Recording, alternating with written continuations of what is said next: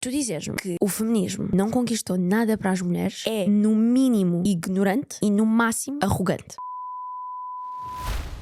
Ó Daniela, eu vou-te dizer o seguinte. Daniela Ventura, numa conversa que vale mesmo a pena ouvir. Ela é muçulmana e veio ensinar-nos sobre a sua religião e partilhar connosco a sua história de vida como fé. Aos 9 anos, a minha mãe morre por negligência médica. Houve o funeral, houve a missa, ninguém me contou. Eu sabia que ela estava doente. Passaram-se meses, perguntava ainda sobre a minha mãe, dizia-me a mim que ela não podia ser vista por ninguém. Fui estudar para Londres, conheci pessoas que não devia. Nós achamos às vezes que as pessoas nos querem dar a mão e às vezes querem aproveitar-se de nós. Estávamos no meio do corona, sem nada, porque tu não tens pais, tu não tens dinheiro. Eu não tinha dinheiro, eu tinha tipo 30 euros na conta. Não tinha trabalho, tinha perdido o meu trabalho no meio do vírus. Não tinha amigos, já nem sequer tinha dinheiro para pagar a comida. Eu tinha que sair do quarto que eu estava e ele diz-me assim, olha, podes ficar aqui à vontade, ele é que se ofereceu. Eu fico lá uma semana, ele descobre que eu era virgem, vira-se para mim e diz assim, ou fazes ou vais para o olho da rua, que eu sei que tu não tens dinheiro nenhum. Um porco. 2 meses, foi horrível. Eu consigo uma entrevista de emprego e eu vou e eu conheço um rapaz. Apaixonei muito por este rapaz. Burra! Era outro louco, super abusivo, batia-me todos os dias, fiquei com ele um ano. Tu realmente achas que a pessoa vai mudar? Tu achas realmente que tu não vais encontrar melhor? E quando tu já vens de um trauma e tu já te sentes suja, tu já te sentes acabada e a pessoa sabe. Eu refugiei-me muito no álcool ali. Tive a overdose, comprimidos e fui para o hospital. Fui diagnosticada com borderline. E eu tive que ficar um tempo internada com psiquiatras. Eu pensei muito, eu tenho que dar uma volta na minha vida. Eu bebo todos os dias, eu não faço nada, sou má para a minha família. Foi quando eu me aproximei de Deus. Eu tenho que me focar em Deus, eu tenho que me focar em Deus. Fui para casa e eu comecei a ler o Corão. O Islão é muito semelhante ao cristianismo. As escrituras só falam de amor completamente contra a violência. Tudo o que nós vemos, os atos de violência em nome do Islão, aquilo não é Islão. Aquilo são simplesmente pessoas que não estão bem psicologicamente, que não tem nada a ver com o Islão. E eu percebo que as pessoas olhem, veem o que se passa no Afeganistão e pensem, ok, aquilo é a religião. Não é a minha religião, é o governo que é feito pela mão do homem. E o homem acha que pode usar a palavra de Deus para os seus atos. Cobre-te, porque Deus diz. Deus não diz. Isso é o que o homem inventa, porque o homem quer à força toda oprimir a mulher. Eu tenho a impressão de que a religião em si é machista. Isso é verdade? Há muita coisa aqui que eu não sabia. Obrigada por me ensinar. Também aprendi aqui, aprendi uma ótima.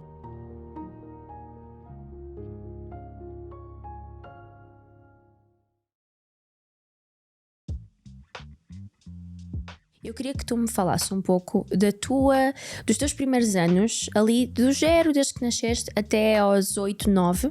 Como é que era a tua vida? E eu gosto sempre de fazer esta pergunta a todos os convidados, porque eu gosto sempre de perceber o contexto onde eles cresceram, de onde é que eles estão a vir, por questões familiares, culturais, de tipo de educação que receberam, questões socioeconómicas. Quem era esta Daniela em miúda e de onde é que tu vens? Olha, eu tive uma infância muito boa, muito boa. Eu vim, podemos dizer, o berço de ouro, né? Eu tive uma família com dinheiro. Não cresci com pai, mas tive a minha mãe até aos 9 anos. E tive os meus avós da parte de mãe. Cresci em Angola, mas depois perdi a minha mãe muito cedo. E acho que isso deixou-me um bocado, assim, uma criança muito problemática, podemos assim dizer. E a cultura em Angola é muito, pelo menos no meu tempo, não é? Eu agora já tenho 26 anos, por isso. Mas no meu tempo era muito problemática, assim, quando tu cresces rodeada de dinheiro, tu perdes muita humildade, por assim dizer. Tu tens que ser como os outros, tu tens que ser uma criança, mesmo que tu não queiras, tu tens que seguir aquilo que os outros fazem, tu tens que te mostrar, tu tens que aparecer naquele mundinho que se calhar às vezes tu não queres ser. Tens de ser uma criança arrogante, por assim dizer. E muitas vezes eu não queria ser assim e tinha que ser.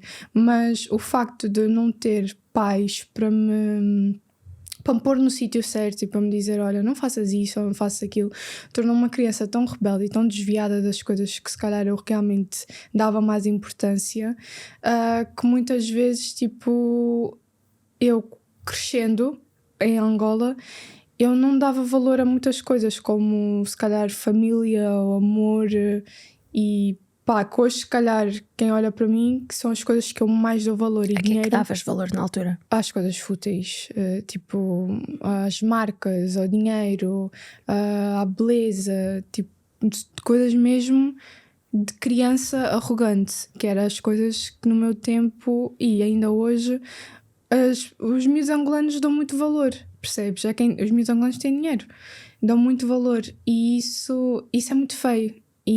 Mas eu não tenho problemas nenhum em admitir porque hoje, vendo a idade que eu tenho, é a coisa que eu menos dou valor e sei que sou uma pessoa muito, muito, muito humilde e não dou valor a essas coisas. Mas lá está, crescendo no mundo em que eu cresci, rodeada das pessoas que eu cresci, rodeada com, era só o que eu pensava, percebes? E hoje em dia não. Lá está, e só que é muito difícil porque tu não tens pais para te transmitirem valores. Pois tu cresceste, tu descreves a tua infância como uma infância feliz, mesmo não tendo o teu pai presente, porque vivias com os teus avós e com a tua mãe, certo? Sim. E depois fala-me um pouco sobre a morte da tua mãe, sobre essa fase da tua vida. É assim, eu não consegui, acho que o luto é uma coisa que para mim sempre foi muito difícil de gerir porque não me foi permitido. Porque quando a minha mãe falece, foi-me imposto a regra de tu tens que crescer logo. Porque a minha mãe morre e toda a gente que me estava à minha volta dizia-me logo assim: Daniela, tu tens de tomar conta dos teus avós, porque os teus avós acabaram de perder uma filha. Mas ninguém nunca olhou para mim e disse assim: tu acabaste de perder a tua mãe. E se calhar isso foi o que me tornou uma pessoa muito fria. E as pessoas até hoje não percebem isso. Porque é que eu sou tão fria? Porque é que eu não consigo ser tão vulnerável a tanta coisa? Porque desde pequena isso me foi muito implementado, que os meus sentimentos se calhar não são tão importantes e os sentimentos dos outros são... Pronto, os outros podem ser vulneráveis e eu não. Os outros sempre são em primeiro lugar e eu não. E tanto que isso também aconteceu com o meu avô. O meu avô, quando nós viemos para Portugal, também acabou por falecer. E a história repetiu-se. Que ele também morreu e a primeira coisa que me disseram foi: a tua avó está sozinha. E a história repete-se outra vez. E eu sempre fiquei assim: mas o que é que se passa? Porque é que a minha dor e o meu luto nunca é permitida e a dos outros é? E então eu nunca soube... Lá acho que até hoje nunca soube o que é o luto, o que é sentir a morte e a perda de alguém. Eu sei que dói, eu sinto falta da minha mãe até hoje e acho que qualquer criança que cresce sem isso, sem, por exemplo, ir para a universidade, passar de ano, ter um filho e não ter os pais ali presentes, ou a mãe, um pai, e não poder contar aos pais, vê-los crescer, ver-me a mim crescer, dói muito, custa muito. E as pessoas à minha volta não verem que isso me afeta tanto enquanto pessoa é muito triste. Só que lá está, ninguém compreende. E tu, na altura, quando a tua mãe falece, tu já te ouvi falar sobre uma das dores principais que tu tiveste foi em relação a terem-te escondido. Sim. Isso, fala-me um pouco sobre isso. De que é que falece a tua mãe e o que é que acontece, de que forma é que isso te é comunicado?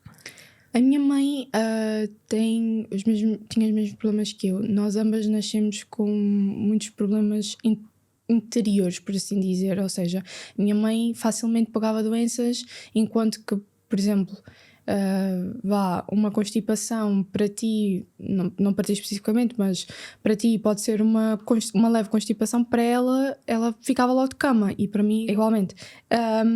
E ela foi para o hospital com uma leve gripe e, entretanto, acabou por falecer por negligência médica, porque deram-lhe comprimidos que não era para a doença dela e ela apanhou uma broncopneumonia na altura e faleceu disso. E, entretanto, o que acontece foi que a minha avó não me contou, ninguém me contou, toda a gente escondeu-me e eu era a única filha da minha mãe. Toda a gente escondeu-me a situação porque achavam eles que eu não estava pronta, não sei o quê. No fundo era egoísmo, até hoje eles sabem, era egoísmo, porque eles não estavam prontos e porque eles não estavam prontos, eles não souberam como chegar a mim e dizer-me. E houve o funeral, houve a missa, houve tudo e mais alguma coisa sem o meu conhecimento. Ou seja, passaram-se meses daquilo já ter acontecido e eu perguntava ainda sobre a minha mãe. Ou seja, eu via que as pessoas tratavam-me diferente, eram muito mais carinhosos, muito mais cuidadosos. Era a pena, Mas ninguém nunca chegava ao pé de mim e dizia assim, sentavam-se comigo e dizia, olha, a tua mãe faleceu. E onde é que tu achavas que a tua mãe estava? Eu achava que a minha mãe ainda estava no hospital. Eu sabia que ela estava doente, mas diziam-me a mim que ela não podia ser vista por ninguém. E o egoísmo deles era tanto porque eles não estavam preparados, porque a dor deles não nos deixava contar-me, e que eles simplesmente não contaram. E deixaram os meses passar. E foi isso. E depois admiram-se que é uma pessoa, obviamente, que não supera. E tu depois ficas em Angola ainda até aos teus sensivelmente 16. 16 anos. Só que eu tinha a impressão que tu tinhas uma irmã. Tinha. Tenho vários irmãos. Ok, fala um vários bocado sobre isso. Eu tenho vários irmãos que eles apareceram logo após a morte da minha mãe. A minha mãe morre? Mas filhos da tua mãe? Não. Não, Filhos do meu pai. Meu pai tem vários filhos. Ok. O meu pai aparece também logo após a morte da minha mãe. Eu não conhecia o meu pai. A minha mãe nunca permitiu porque o meu pai era uma pessoa sensivelmente abusiva e a minha mãe sempre manteve essa distância. E obviamente com a morte dela já não havia como os meus avós cortarem esse laço. E então ele podia fazer o que ele quisesse e ele entrou na minha vida. Eu era uma criança, não tinha como saber muita coisa, mas lá está, quando uma pessoa é uma coisa, não tem como esconder. E quando eu entro sensivelmente para o Big Brother, eu tinha muito medo que ele aparecesse.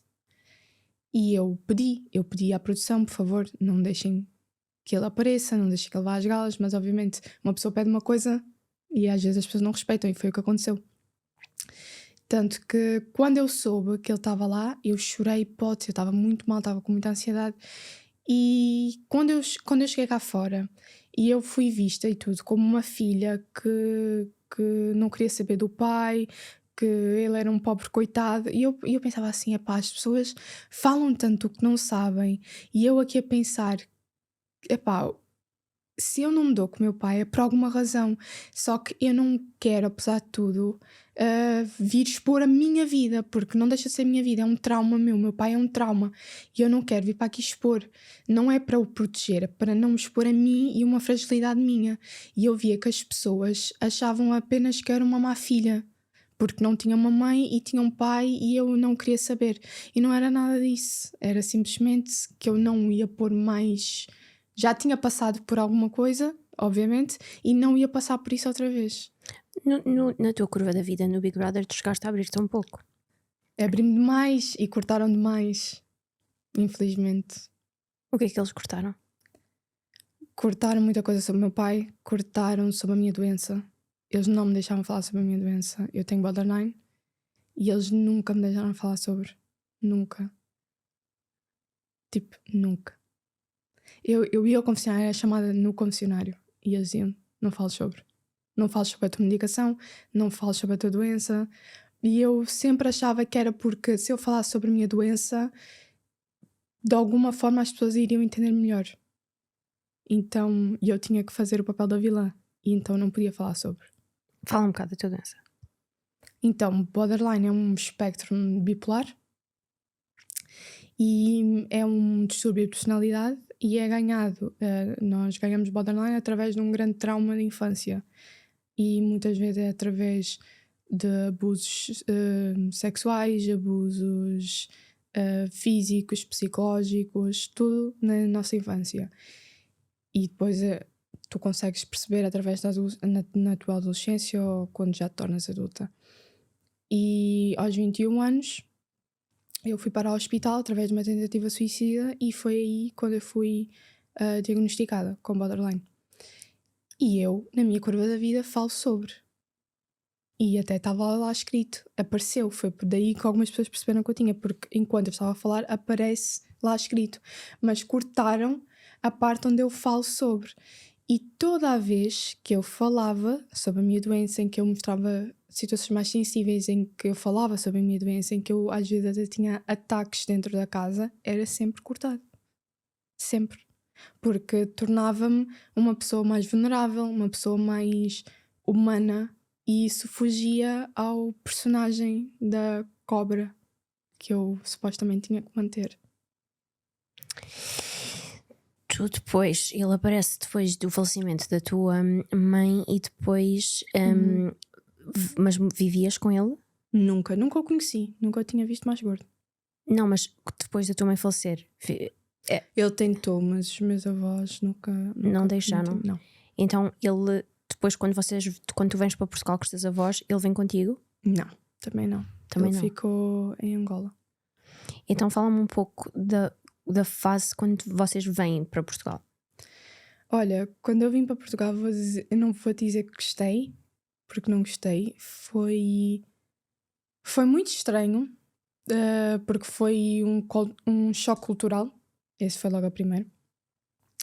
E eu fui para uma cidade muito pequena, não é? Com mentalidades muito pequenas, e era a única angolana. Eu cheguei, eu tinha o cabelo solto, era muito mais morena e tal. E eu cheguei assim com tranças, e as pessoas vinham com comentários muito estranhos sobre o meu país. Ai, tu vives em cabanas, aquelas coisas assim meio racistas, sabes? E eu nunca tinha lidado com isso, com esses comentários racistas na minha vida. E eu fiquei assim um bocado, ok, isto é que é o racismo, porque eu nunca tinha lidado com essas coisas. E eu chegava a casa e dizia à minha avó: não quero viver aqui, eu não gosto, não percebo porque é que as pessoas são assim. Os comentários sobre o cabelo também, porque era tudo meninas com cabelo liso, não eram iguais a mim, meninas tipo, sabes, nariz fino, boca fina, tudo bonitinhas, assim, diferentes, sabes? E eu não percebia, tanto que eu comecei a esticar muito o meu cabelo, comecei a tentar me enquadrar muito a elas, queria ficar mais branca, comecei a bater neurose também, porque eu queria ser igual às outras meninas. E quando eu comecei a viver cá mais tempo, eu disse à minha avó que eu queria ir embora. E foi daí que eu fui viver para Londres, porque eu não aguentava as bocas de racismo e contra os angolanos ou contra os negros em si, porque o meu pai é negro, né? Não conseguia. Não me dei bem a viver numa cidade tão pequena com mentalidades tão pequenas. Não disse que todos os portugueses são assim. Foi aquela cidade em si que não bateu bem comigo. E então fui para fora. E como é que correu fora? Como é que tu chegas a Londres? O que é que tu fazes? Eu fui para estudar, não é? Eu acabei o 12º aqui, fui estudar para fora e, epá, Londres é uma coisa completamente diferente, não tem nada a ver. Não tem nada a ver sequer com Angola, foi completamente diferente. E até porque, sei lá, eu queria, estava muito interessada no Islão já há algum tempo, mas não tinha muita coragem de começar a conhecer melhor a religião, principalmente por causa do hijab, e era uma coisa que eu já mantinha em segredo há algum tempo. Mas isto antes de tu ires para Londres, já tinhas este interesse? Já tinha, mas não queria usar o hijab, ok? Mas era só o interesse, era uma curiosidade. Eu conhecia amigos, eu via coisas, mas era só aquele despertar, porque eu tinha deixado o catolicismo já há algum tempo, e quando eu fui para Londres, aqui eu via muitas hijabis lá. E eram muito lindas, e eram tipo, e eu conversava com muitas pessoas, e eu, sentia-me bem, era paz, sabes? Mas eu não estava pronta ainda, então eu deixei aquilo de lado. Era só tipo uma comissãozinha que eu tinha ali, mas deixava aquilo de lado. Aí eventualmente os anos foram passando, e quando eu voltei para lá, porque eventualmente voltei para Portugal outra Mas vez. na primeira vez que tu foste, desculpa interromper-te, antes de falarmos aqui e mergulharmos na religião, quando tu foste e tu ficaste aonde? Eu fiquei. A primeira vez não foi muito mal, porque quando eu fui a primeira vez, que foi quando eu fui estudar, eu estive na casa com os brasileiros. E essa primeira vez não correu lá muito bem. Porquê? Porque eu era muito jovem, eu tinha 19 anos e eu confiei em uma amiga que não devia na altura, porque na altura eu não era a desconfiada que eu sou hoje, e eu confiava muito nas pessoas e confiei numa amiga e fui de cabeça para uma porcaria que não devia, e olha, depois conheci pessoas que também não devia e fizeram coisas que não deviam. Simplesmente.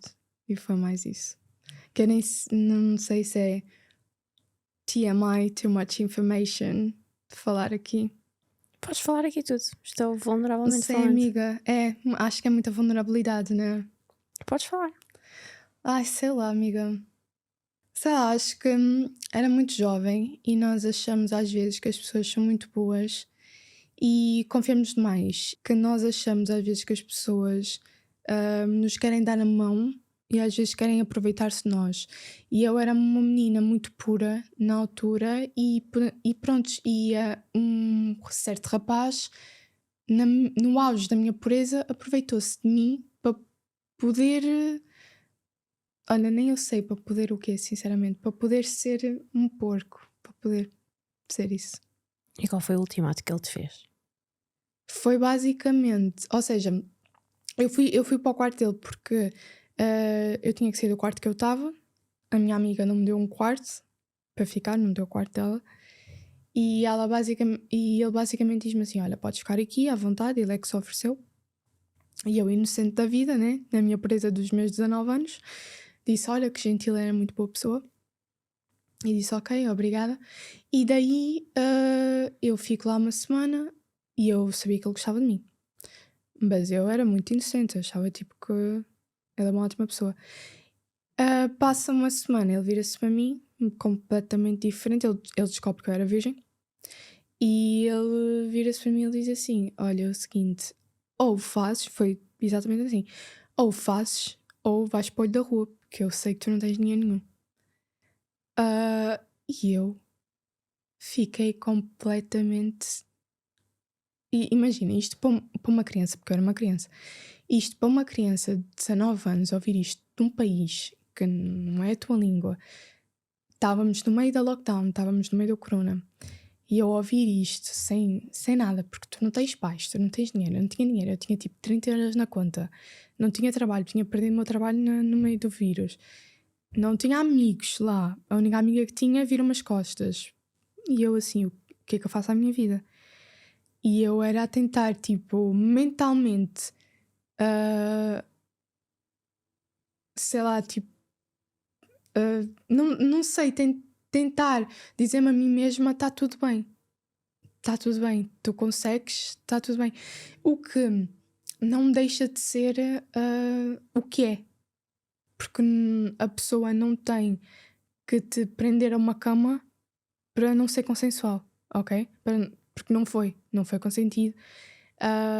E pronto, e depois posso dizer-te a ti que passei dos piores meses, foram 2 meses, dos piores 2 meses da minha vida com aquela pessoa. E pronto, e voltei para Portugal, consegui voltar para Portugal, consegui juntar dinheiro. Conseguiste voltar para casa dos teus avós, viver Sim. com os teus avós. Tenho uma questão. Tu no início do episódio disseste que cresceste numa família até bastante abastada em Angola. O que é que acontece para estares em Londres e não teres dinheiro e teres 30 euros na conta? Porque quando a minha mãe morre, a minha avó entra numa grande pressão. Nós tínhamos muito dinheiro porque eles tinham 2 restaurantes. Entretanto, a minha mãe morre, ela é que cuidava do marketing e dessas coisas todas. E quando a minha mãe morre, a minha avó entra numa grande pressão e perde tudo.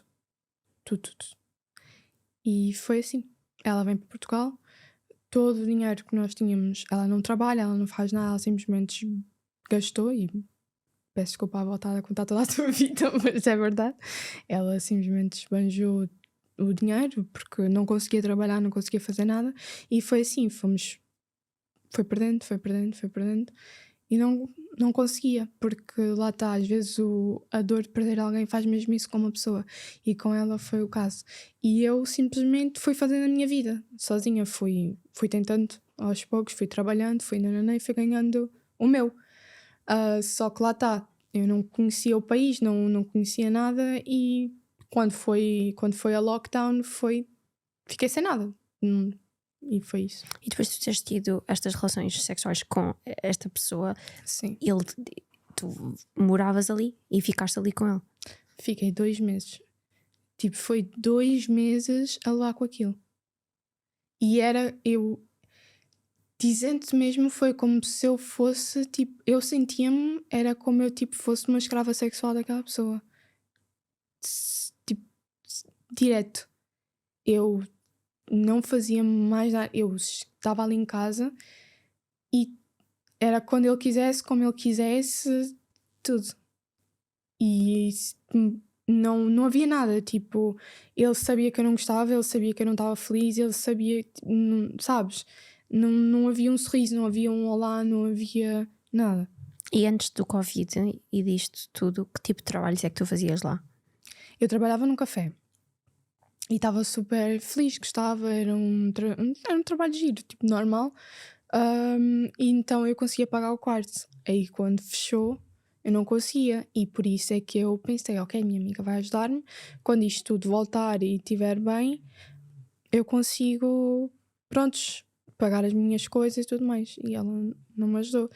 E pronto, como eu estava a viver com ele, entretanto eu tive que pagar a comida, não sei o quê. Já nem sequer tinha dinheiro para pagar a comida. Chegou um ponto em que eu estava a passar tanta fome, porque ele nem comida me trazia. Eu passei tanta fome que eu esperava eles todos saírem de casa e eu ia literalmente roubar comida ao frigorífico, tipo pequenas porções de comida que eles não notassem para comer. Foi horrível. Foi 2 meses em que eu passei, emagreci horrores. Eu passava mal. Ela nunca chegou ao pé de mim e perguntou: olha, eu reparei que tu não estás a trabalhar, tipo, tens tido dinheiro para comer, estou a ver que estás a emagrecer, nada, nunca chegou ao pé de mim. Ela via que eu estava triste, que eu estava super depressiva, que eu chorava todos os dias, nunca me perguntou. Ele era um monstro de pessoa, por isso também ele estava a ir para a cama todos os dias, por isso ele também não se importava muito. Ele estava bem. E quando tu conseguiste juntar dinheiro para voltar para Portugal, o que é que te fez depois voltar para Londres? Porque depois tu voltas para Londres. Sim, eu volto para Londres porque no meio disto há uma altura em que quase no fim, assim no meio, eu consigo uma entrevista de emprego, quase na altura de eu ir embora, e eu vou e eu conheço um rapaz. E eu apaixonei muito por este rapaz. E foi o meu primeiro namorado. E quando eu vou para Portugal, ele, passado 6 meses, ele me manda mensagem outra vez. Ele disse: olha, queres voltar? Tipo, o teu trabalho está de pé, não sei o quê, já tinha passado a lockdown e tudo, queres voltar? E eu disse: olha, está bem. Burra! Mas é que eu sou burra, eu não aprendo. E eu estava completamente louca de amores por ele. E eu disse: está bem, vou voltar. E ele disse: olha, tenho aqui um quarto disponível, se tu quiseres, pagas isto, não sei o quê, não sei o quê. Eu disse: está bem. Eu chego lá, não sei o quê, tenho o quarto, tenho isto, começo a trabalhar. Ele pede-me logo em namoro, tipo tudo, bem rápido e não sei o quê. E depois o rapaz era outro louco só lá da cabeça, tipo, super abusivo, batia-me todos os dias. E eu nem sei como é, fiquei com ele um ano, não sei como. E eventualmente, a segunda vez que eu volto para Portugal. Antes de voltares, Uhum. na tua perspectiva, tu acabaste de dizer que ficaste com ele, ele batia-te todos os dias e não sabes porque é que ficaste. Agora, olhando para trás, porque é que tu achas que tu ficaste? Se tu tivesses que dizer, porque isso é uma realidade e existem muitas mulheres que sofrem de violência doméstica e que ficam. Tens alguma luz no porquê que isso acontece? Porque tu realmente achas que a pessoa vai mudar. Tu olhas todos os dias e cada mentira que a pessoa te conta, principalmente quando é o teu primeiro, tu achas realmente que tu não vais encontrar melhor. Porque a pessoa manipula-te de uma forma. E quando tu já vens de um trauma, que foi aquele que eu vi, e tu já te sentes suja, tu já te sentes acabada, e a pessoa sabe que tu já vieste aquilo, tu sentes assim: eu não vou mesmo encontrar melhor, porque aquela pessoa já sabe que eu já fui usada daquela forma, que eu já fui abusada daquela forma, ninguém vai me querer assim, e ele quer. Então, no meu caso, foi mesmo aquilo. E mas nunca olhei para mim e eu pensei: eu mereço o que é que ele me está a fazer. Não, eu sempre dizia: não, eu não mereço isto, eu não mereço isto. Mas só que lá está, era sempre aquela coisa do cada momento bom, cada vez que havia um momento bom, eu dizia assim: ok, ele consegue, se ele consegue ser assim, ele consegue ser assim sempre. Não consegue, é que não consegue mesmo. Basta haver a primeira, vai haver uma segunda, vai haver uma terceira. E por isso é que não vale a pena nós nos pormos nessa situação por ninguém. Nunca. E quando começou a haver, porque ele não fazia só isso comigo, fazia isso com os pais. Eu já cheguei a experienciar ele a fazer isso com a própria mãe, com o próprio pai. Ele tinha atitudes agressivas com toda a gente. E eu é que achava que lá está, era o amor tóxico, mas era verdadeiro. Ele não me deixava por ninguém. Eu também tinha os meus problemas, ele não me deixava. Mas não é, não vale a pena, porque vai sempre haver outra pessoa que vai querer estar connosco sem isto, sem esta bagagem. E quando eu ganhei coragem para me ir embora, ele ainda tentou vir atrás de mim, mas eu consegui ganhar coragem, tratei-me, fui à psicóloga, fui à terapia. Custou muito, demorou-me 1 ano, porque não vamos dizer que é muito fácil, a gente vai embora. Não é muito fácil. Nós vamos querer ter recaídas, as pessoas vão julgar, as pessoas vão dizer, mas o que é que tu vês naquela pessoa? Tu não sabes o que é que tu vês, porque tu estás, chama-se trauma bond, tu estás completamente apagada porque tu não sabes como sair dali. Tu estás há mais de 1 ano com aquela pessoa, tu vives com aquela pessoa, não sabes como apagar daquilo. Eu não sabia como apagar daquilo. Eu sabia que aquilo não era bom para mim, mas entre saber que não é bom para mim e entre ir embora e conhecer outra pessoa que possivelmente me possa fazer o mesmo, mais vale ficar no que tu já conheces. Mas é horrível. E pronto, foi devagarinho, passos de bebê, foi com a minha família que sabia o que estava a acontecer. E confiando na minha família, contando tudo à minha família, eu devagarinho fui passinhos de bebê. Mas não é fácil. Mas depois, obviamente, que o próximo que veio teve que levar com a bagagem daquilo que aquele me fez. E que não foi justo. Mas é o que acontece quando as pessoas nos traumatizam, infelizmente. E depois tu consegues voltar para Portugal. E o que é que tu fazes em Portugal? Como é que segue a tua vida e o rumo da tua vida em Portugal? Eu fiquei em Portugal, mas literalmente o tempo todo que eu fiquei em Portugal foi só na terapia. Foi a curar-me do que aquela pessoa me fez. Porque lá está, às vezes as pessoas fazem-nos muito mal, mexem muito com a nossa cabeça. O tempo todo que eu fiquei cá foi só nisto. Foi terapia, terapia, terapia e sentir que eu já podia andar no meu próprio pé. Sentir que eu já... Porque lá está, aconteceu aquilo, eu sofri de uma violação e 6 meses depois eu pus-me numa relação. Eu nunca devia ter feito aquilo.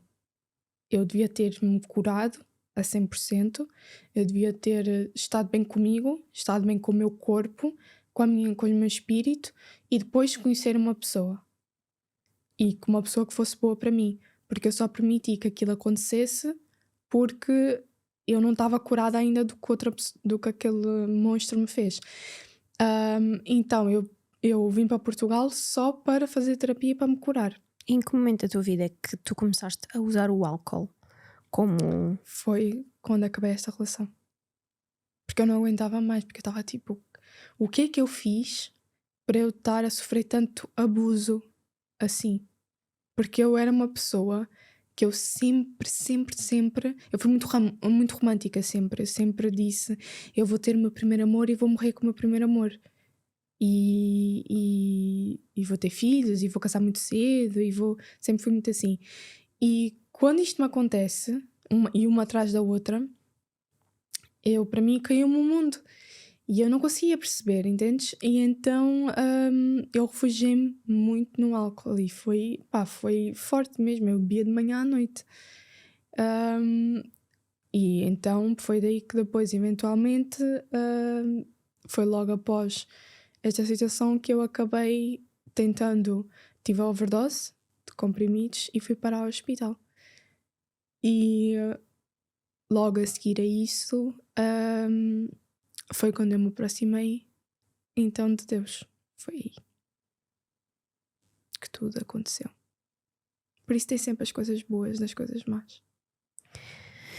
Concordo completamente com essa frase que disseste na altura. E se calhar, agora falando aqui para pessoas que se calhar não estão num ponto extremo de alcoolismo como se calhar tu estavas, mas se calhar até têm uma relação com o álcool que elas se calhar estão a ouvir isto e estão a pensar, eu se calhar bebo um pouco mais do que aquilo que eu devia.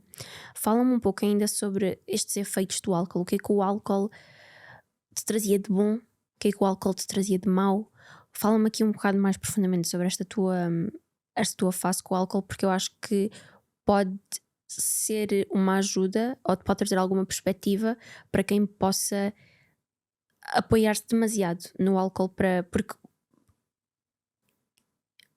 problemas existem em todo o mundo, em toda a parte do mundo, e tipos de pessoas diferentes apoiam-se em formas de aliviar diferentes. E há muitas pessoas no mundo que tentam aliviar os seus problemas com o álcool, e há muitas pessoas que até nem percebem que é isso que elas estão a fazer. Então fala-me um bocado sobre o que o álcool era para ti e o que é que te fazia. Não há nada, absolutamente nada que o álcool traga de bom. Não há nada que nenhuma droga traga de bom. Tudo o que eu achava que o álcool trazia de bom era uma ilusão. Era para me esquecer das coisas, para eu poder sair à rua e não achar que eu era uma rabugenta, que eu era sempre triste, sempre depressiva, mas eu continuava a ser aquelas coisas todas. Era só uma ilusão. Porque no fundo, a única coisa que eu ganhei, problemas de estômago, de ficar sempre doente. Se eu agora tocar num copo de álcool, se mesmo que seja uma margarita, eu morro, desmaio-me aqui já. Tipo, nós só ganhamos problemas e problemas e problemas. Não vale a pena eu agora. E também não vale a pena eu dizer a uma pessoa agora não façam, porque eles vão fazer. Percebes? Eles vão fazer. As pessoas, no fundo, estão com os seus problemas, estão com a sua dor, e as pessoas têm que passar pela. Também não estou a incentivar ninguém, mas estou a dizer, estão a passar pela sua dor, percebes? E eu também tive que passar pela minha. E tive que cair no fundo para perceber que aquilo não era para mim. Mas realmente não traz nada de bom. Porque foi o álcool, porque foi no momento de álcool que eu agarrei naqueles comprimidos. Porque a minha cabeça não estava no sítio certo. Obviamente que estava na depressão, estava num sítio completamente escuro, mas foi com os efeitos do álcool, na tristeza e tudo mais, que eu fiz aquilo. Por isso, não vale a pena. Há tanta mais coisa, há tanta ajuda que está por aí, os nossos amigos, a nossa família, a terapia, que nós não precisamos mesmo de nos refugiar em droga, porque o álcool não passa de uma droga legalizada, percebes? E há inúmeros níveis. As pessoas hoje em dia saem para beber e para apanhar a moca que eles dizem, não é? E lá está. Por isso é que mesmo a minha religião diz que para não bebermos, porque nós acabamos por fazer coisas sobre o efeito do álcool que não nos ajudam em nada, percebes? E hoje em dia, eu não bebendo, sou uma pessoa completamente diferente, muito mais divertida, muito mais consciente e muito mais controlada do que a pessoa que eu era com 19, 20 anos, que só fazia porcaria. 21 anos, que só fazia porcaria e estraguei o meu corpo completamente, que eu já não consigo. Já não consigo voltar atrás nos erros que eu cometi, e se calhar pessoas que podem estar em casa a cometer o mesmo erro que eu estou, parem, porque se calhar ainda conseguem reverter, ainda conseguem ir um bocado atrás, porque eu já não consigo, porque eu hoje em dia tenho problemas no estômago por causa do álcool que eu ingeri, infelizmente, e acabei por tentar uma overdose porque estava embriagada. Como é que é acordar depois de uma tentativa de suicídio e perceber que não morreste? É muita vergonha. Mas estou-te mesmo honesta. É muito vergonhoso. Tu pensas assim, fogo, não consegui. É o mais honesto que eu te consigo ser. Porque tu pensaste, tens de voltar para casa. Porque ou consegues e vais com Deus, ou não consegues e ficas ali a olhar, tipo, e vais levar com os olhares de toda a gente e com os comentários de toda a gente, porque eu tive que levar com isso tudo. Eu tive que levar com comentários de pessoas maldosas a dizer que eu só queria chamar a atenção, de pessoas a dizer, então, mas e não pensaste na tua avó? Mas tu tens que pensar. Eu na altura pensei na minha dor, não era na minha avó. Eu pensei no que eu estava a sentir.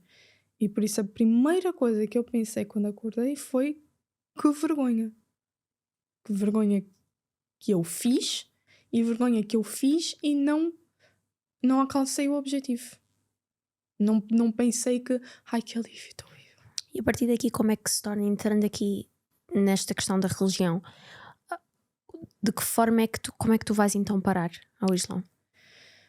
Eu tive que ficar um tempo internada no hospital, com psiquiatras e tudo mais.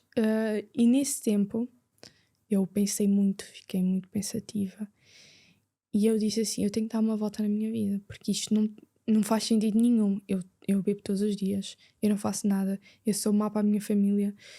Eu tenho que ter um objetivo. E isto é muito importante. Toda a gente precisa ter um objetivo, acreditar em alguma coisa. Seja no universo, seja em chakras, seja no que for. Quem vive sem acreditar em nada, não vive. E eu pensei, é assim, eu acredito em Deus, mas eu não me identificava com a religião católica. Pelo menos não mais. E eu disse assim, mano, eu já tinha aquela comichão, como tinha dito já há algum tempo, sobre a religião islâmica. E quando estava no hospital, eu lembro-me perfeitamente de que parecia que eu ouvia a voz de Deus a chamar-me. Foi como um chamado, eu ouvia. E eu disse, isto é um sinal. Eu tenho que me focar em Deus, eu tenho que me focar em Deus.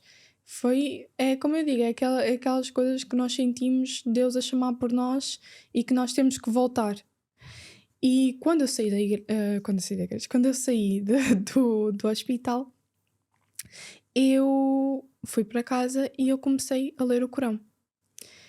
E isto, por acaso, foi uma das coisas que me entristeceu muito, porque quando eu fui para o Big Brother falar isto na minha curva da vida, eles torceram muito o que eu falei, porque disseram que eu tinha revertido através do TikTok e coisas assim.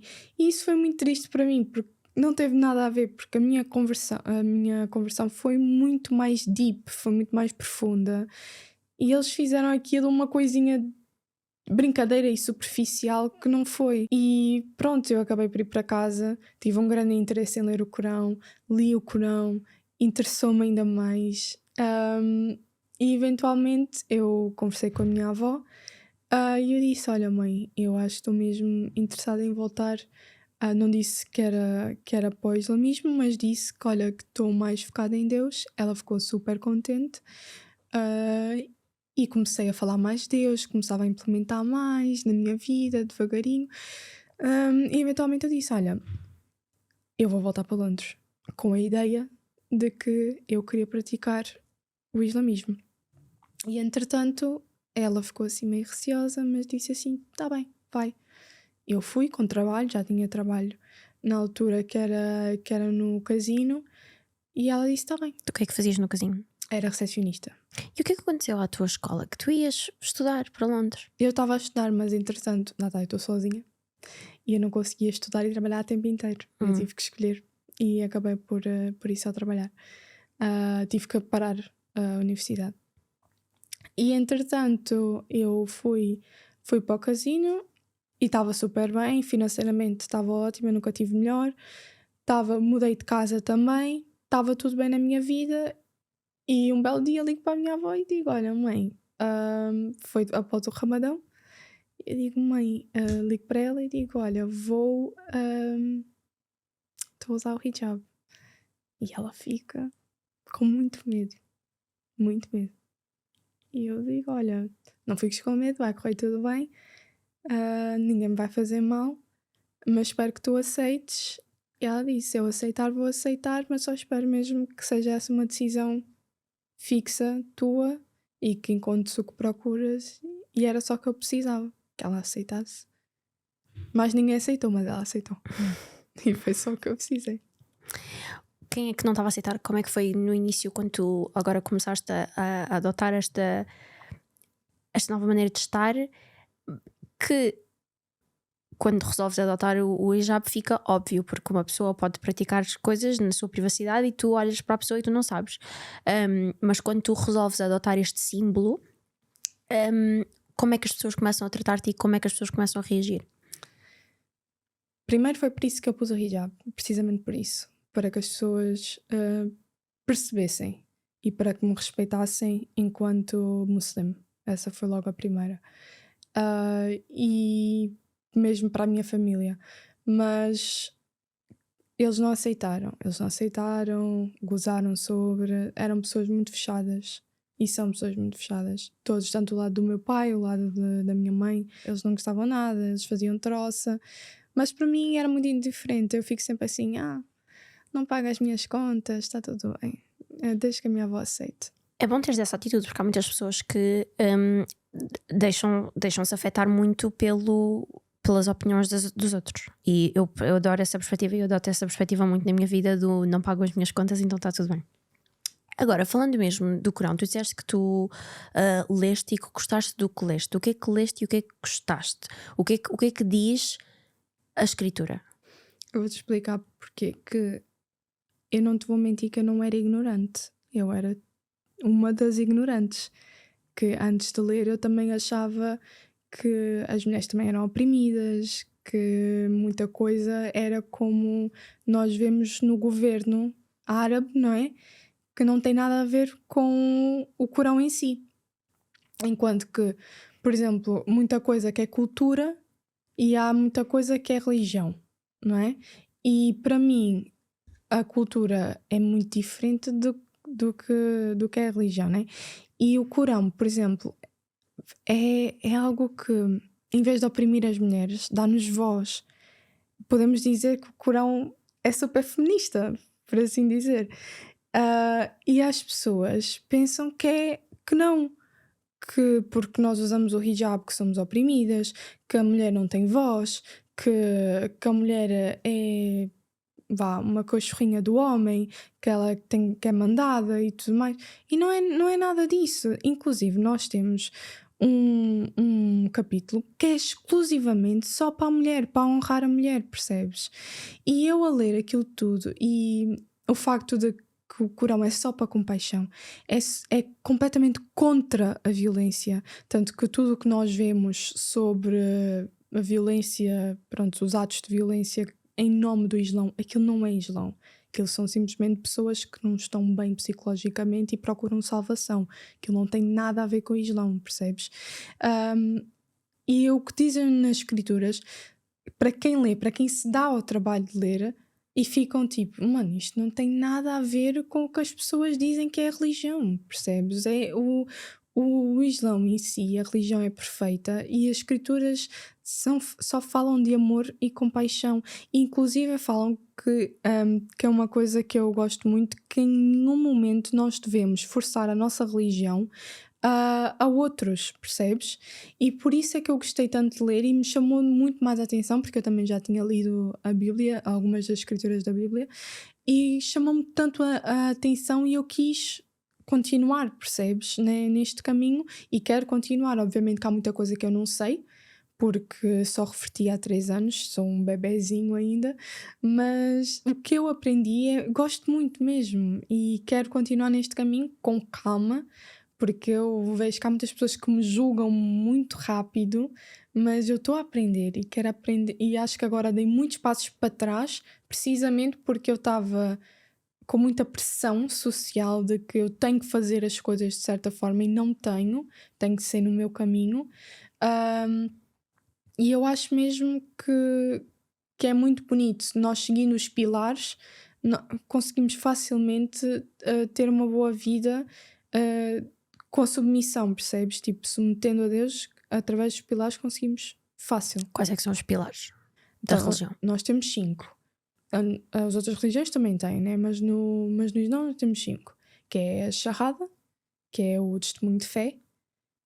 Nós acreditamos que só tem um Deus e temos um profeta, que é o profeta Muhammad. Tens o Salah, que é a reza, o Som, que é o jejum, o Zakat, que é a caridade, e tens o Hajj, que é a peregrinação, que acho que é assim que se diz em português. E tu segues esses 5, tu és muçulmano. Mesmo que tenhas os teus pecados maiores que o oceano, tu és muçulmano, ninguém te pode dizer o contrário. Podes beber, podes fumar, podes fazer sexo, podes fazer tudo mais alguma coisa, mas segues esses 5, és muçulmano. Ponto. Há pessoas que não conseguem fazer o Hajj, infelizmente, até porque lá está, hoje o Hajj é muito caro, custa 10.000 euros para aí, mas... Qual deles é que era o Hajj? A peregrinação, desculpa. Okay. Ir a Meca fazer, ou seja, vais fazer aquela roda durante muitas vezes, e se calhar no TikTok, muitas vezes vais à Saudi Arábia. Tu já fizeste isso? Não, é muito caro, minha filha, não tenho dinheiro nem para vir a Lisboa, está muito caro. Fogo. Eu não aguento. É para vir aqui as portagens, estava a olhar, 665. Imagina gastar 10 mil. Não consigo. Mas então tu podes dizer que és muçulmana sem fazer isso. O Corão diz que... Sim, obviamente, mas tens que... Tu és muçulmana só fazendo as 5 rezas. Desde que tu tires a tua shahada todas as noites, ou seja, shahada dizendo La ilaha illallah, ashadu wa anna Muhammad Rasulullah, que significa eu acredito que só existe um Deus, que é o nosso Deus, o Deus do Corão, Deus do Gospel, que são os mesmos deuses, e que o profeta Muhammad foi o seu último mensageiro. Isso é a shahada. Okay? E tu tens que dizer isso todos os dias? Sim, todas as noites devemos dizer. E faças as tuas 5 rezas todos os dias, tu és muçulmano. Mesmo que os teus, que é um verso do Corão que diz, mesmo que os teus pecados sejam maiores que a espuma do oceano. Há literalmente um verso que diz isso. Ou seja, não importa o que tu faças, não importa que as pessoas olhem para ti e digam que tu faças todos os pecados do mundo. Se tu fizeres estas coisas, estas 2 coisas, só estas 2 coisas, estes 2 pilares, tu já és muçulmano. E quando tu dizes fazer as 5 rezas, desculpa a minha ignorância, é rezar 5 vezes ou é alguma Sim. reza específica? São os rezar 5 vezes, mas elas são específicas. Ok, ou seja, quais são? Ou seja, o Fajr, o Zuhur, Asr, Isha e Maghrib. Tu fazes as 5 rezas e acabas. Mas são rezas, por exemplo, um texto já escrito, por exemplo, o Pai Nosso. Sim. É tipo Pai Nosso, sim, estás no céu. Sim. E comparando ao catolicismo, por exemplo, eu sei o Pai Nosso. Eu sei o que diz, e tudo o que diz o Pai Nosso, claro que tem uma linguagem diferente da linguagem de hoje, tem mesmo o português, não tem assim uma... Pronto, venha a nós ao vosso reino, não é assim que nós falaríamos, mas eu ouço o Pai Nosso e é um texto bonito o que está a ser dito, assim, o Pão Nosso que nos dá perdoar as nossas ofensas, assim como nós perdoamos a quem nos tenha ofendido, e livrar-nos do... Pronto, existem coisas que são boas. O que é que dizem essas rezas em termos de conteúdo? O que é que tu estás a dizer? Ou seja, tu começas a reza logo a pedir perdão e a pedir proteção para com o diabo. É logo a primeira coisa que tu começas. E é o diabo literal, a maneira como tu interpretas, ou é tipo os males, as forças do mal? O diabo literal. Então no Islão acredita-se que existe Deus e depois também existe o diabo. O diabo, okay. Sim. Ou seja, o Islão é muito, muito, muito semelhante ao cristianismo. Ok. Muito. Que é uma coisa que as pessoas não sabem o quão semelhante é que é. Nós também acreditamos em Jesus Cristo, que muitas pessoas não sabem. Eu também não sabia. Sim, nós acreditamos em Jesus Cristo. A diferença é que, enquanto no catolicismo Jesus Cristo é visto como o Filho de Deus, não é? Para alguns até é visto como Deus itself, né? Mas nós acreditamos que Jesus Cristo é apenas um profeta.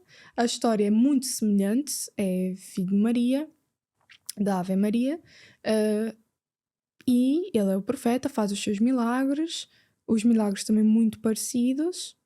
E nós acreditamos e louvamos também. Mas então porquê que esse não é o profeta? Porque tu disseste que o profeta era Mohammed. O último profeta é o mais importante. Ok, mas então vocês não tiram a importância de Jesus. É do género de Jesus também é um... Inclusive ele é o Messias que vem ajudar, ou seja, no dia do julgamento, ele é o Messias que vem defender-nos do Dajjal. Não é o diabo, mas é o anticristo. Okay. O tal anticristo. Então estavas a dizer, na reza vocês começam por pedir perdão das coisas más e pedir proteção do diabo. Sim, e a reza é mais por volta disso, é mais pedir essa proteção, mais na base do por favor perdoa-nos pelos nossos pecados. É muito parecido também ao Pai Nosso, estás a perceber? E depois nesse meio tu pões aquilo que tu pedes, tu pões aquilo que tu desejas. se tu queres proteção à tua família, se tu queres proteção, se tu queres alguma coisa específica, saúde, tu vais pedindo essas coisas. E tu podes adicionar sempre mais coisinhas e depois quando acabas a reza, tu acabas, por exemplo, eu sento-me, não é? Junta-se assim as mãos e podes adicionar sempre, vais sempre adicionando mais coisinhas, por exemplo. Aí é só mesmo conversa, normal, tipo, senhor, não é em árabe, porque as rezas são em árabe. Podes só sentar e conversar, senhor, agradeço muito pelo dia de hoje, peço desculpa porque eu não gostei do outfit da Lara.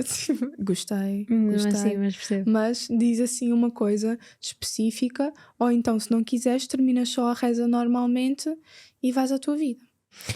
Por acaso, eu tenho aqui um pensamento que eu gostaria de partilhar contigo e que eu gostaria de ouvir a tua opinião sobre isto, que é, eu respeito todas as religiões, eu não sigo nenhuma religião, só para as pessoas estarem a par e para tu também estás a par, porque nós nunca tivemos esta conversa, primeira vez que estamos a ter.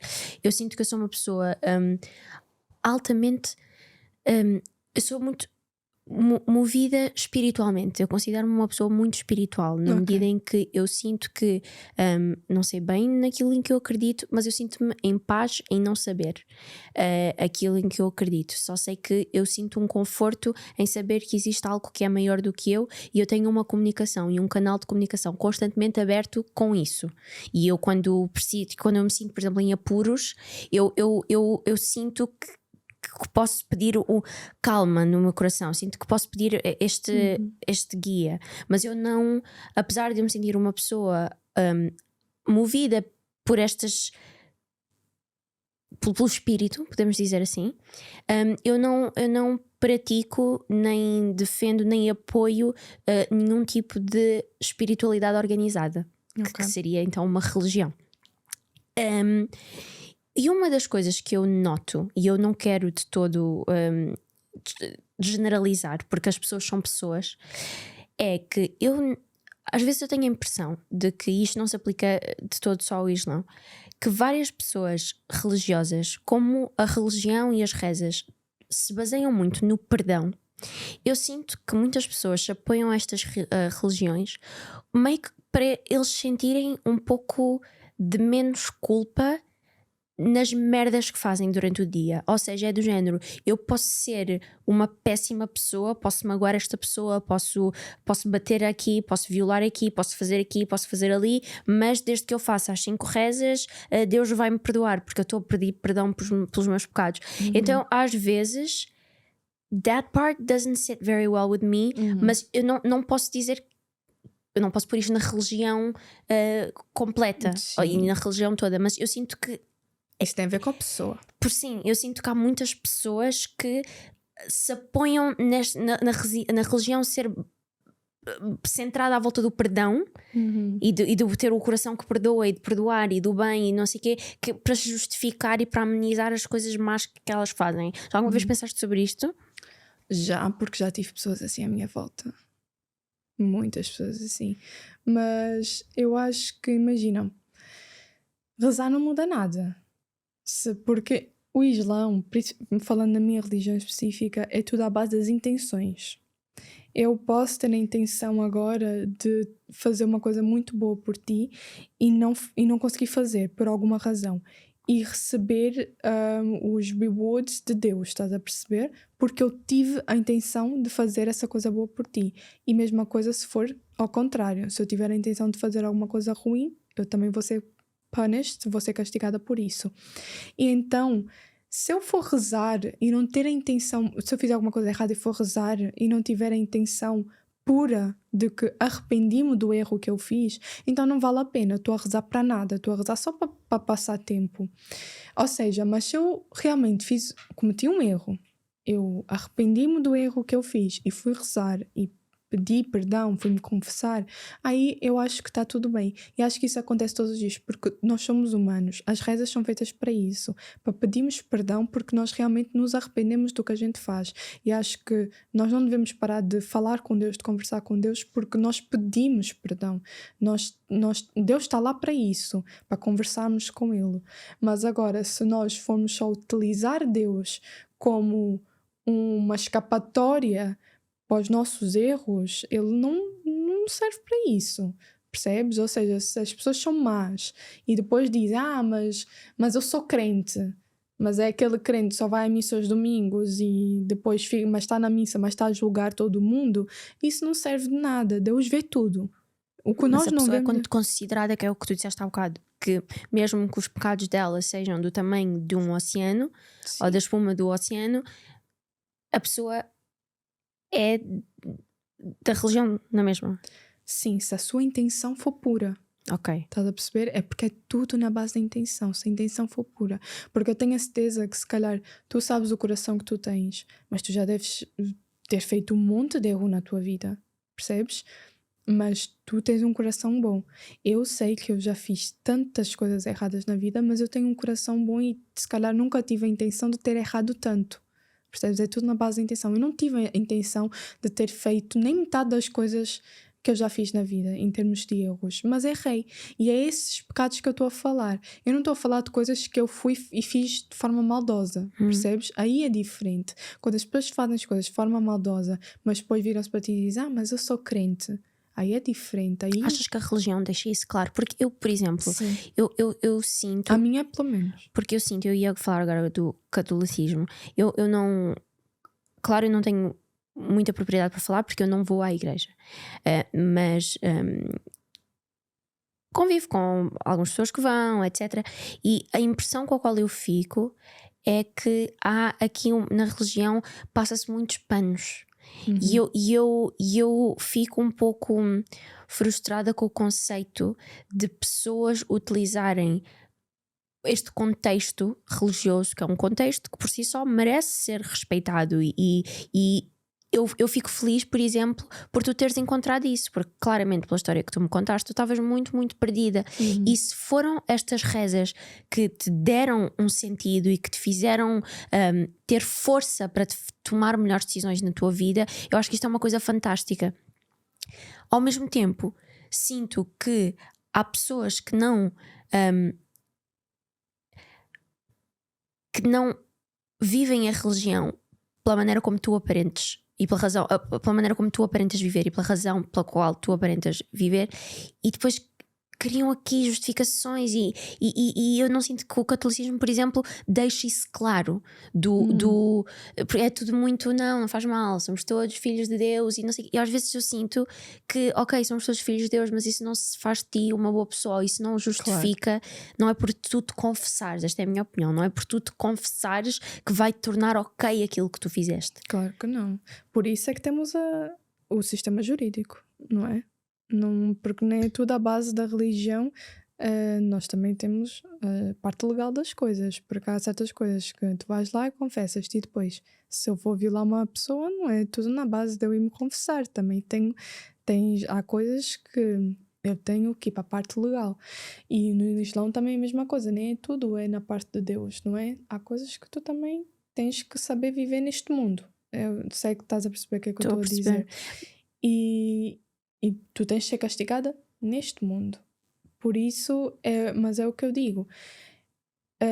Tudo é na base das intenções. E tu consegues perceber isso. E as rezas é para esse motivo. As rezas não é só também para as coisas más, é para as coisas boas. Há dias em que eu tenho dias ótimos. E eu só vou rezar para agradecer a Deus.